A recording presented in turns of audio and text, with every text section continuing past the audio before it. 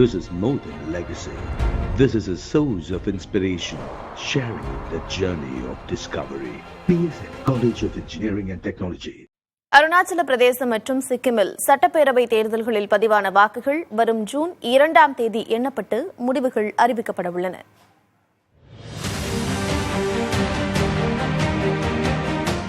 அறுபது இடங்களை உள்ளடக்கிய அருணாச்சல பிரதேச மாநில சட்டப்பேரவைக்கு தேர்தல் அறிவிக்கப்பட்டதை தொடர்ந்து 10 தொகுதிகளில் பாஜக வேட்பாளர்கள் போட்டியின்றி தேர்வாகினர்.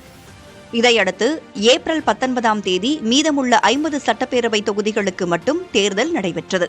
50 தொகுதிகளில் 133 வேட்பாளர்கள் களமிறங்கியுள்ள நிலையில் நடந்து முடிந்த தேர்தலில் 76.44% வாக்குகள் பதிவானதாக தேர்தல் ஆணையம் தரப்பில் தெரிவிக்கப்பட்டுள்ளது.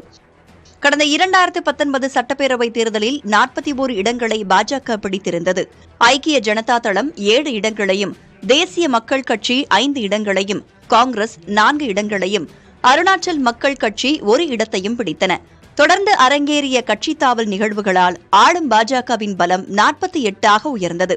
இந்நிலையில் ஏற்கனவே 10 இடங்களில் போட்டியின்றி வெற்றி பெற்றுள்ளதால் ஆட்சியை தக்க வைத்து விடுவோம் என பாஜக தலைவர்கள் நம்பிக்கை தெரிவித்து வரும் நிலையில் அவர்களின் நம்பிக்கை பலன் தருமா என்பதை பொறுத்திருந்துதான் பார்க்க வேண்டும்.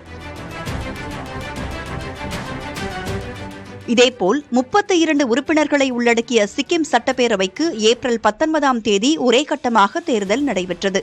146 வேட்பாளர்கள் களம் காணும் நிலையில் தேர்தலில் 79.77% வாக்குகள் பதிவானதாக தேர்தல் ஆணையம் தரப்பில் தெரிவிக்கப்பட்டுள்ளது. 2019 சட்டப்பேரவை தேர்தலில் ஆளும் சிக்கிம் கிரந்திகாரி மோர்ச்சா கட்சி 17 இடங்களை கைப்பற்றிய நிலையில் சிக்கிம் ஜனநாயக முன்னணி 15 இடங்களில் வென்றது.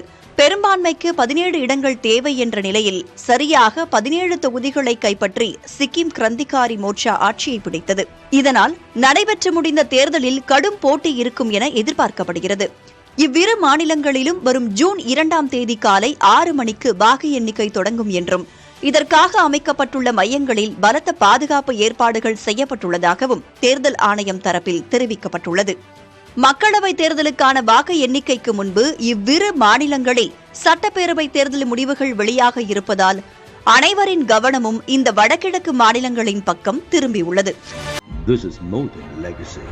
This is a source of inspiration, sharing the journey of discovery. PSN College of Engineering and Technology.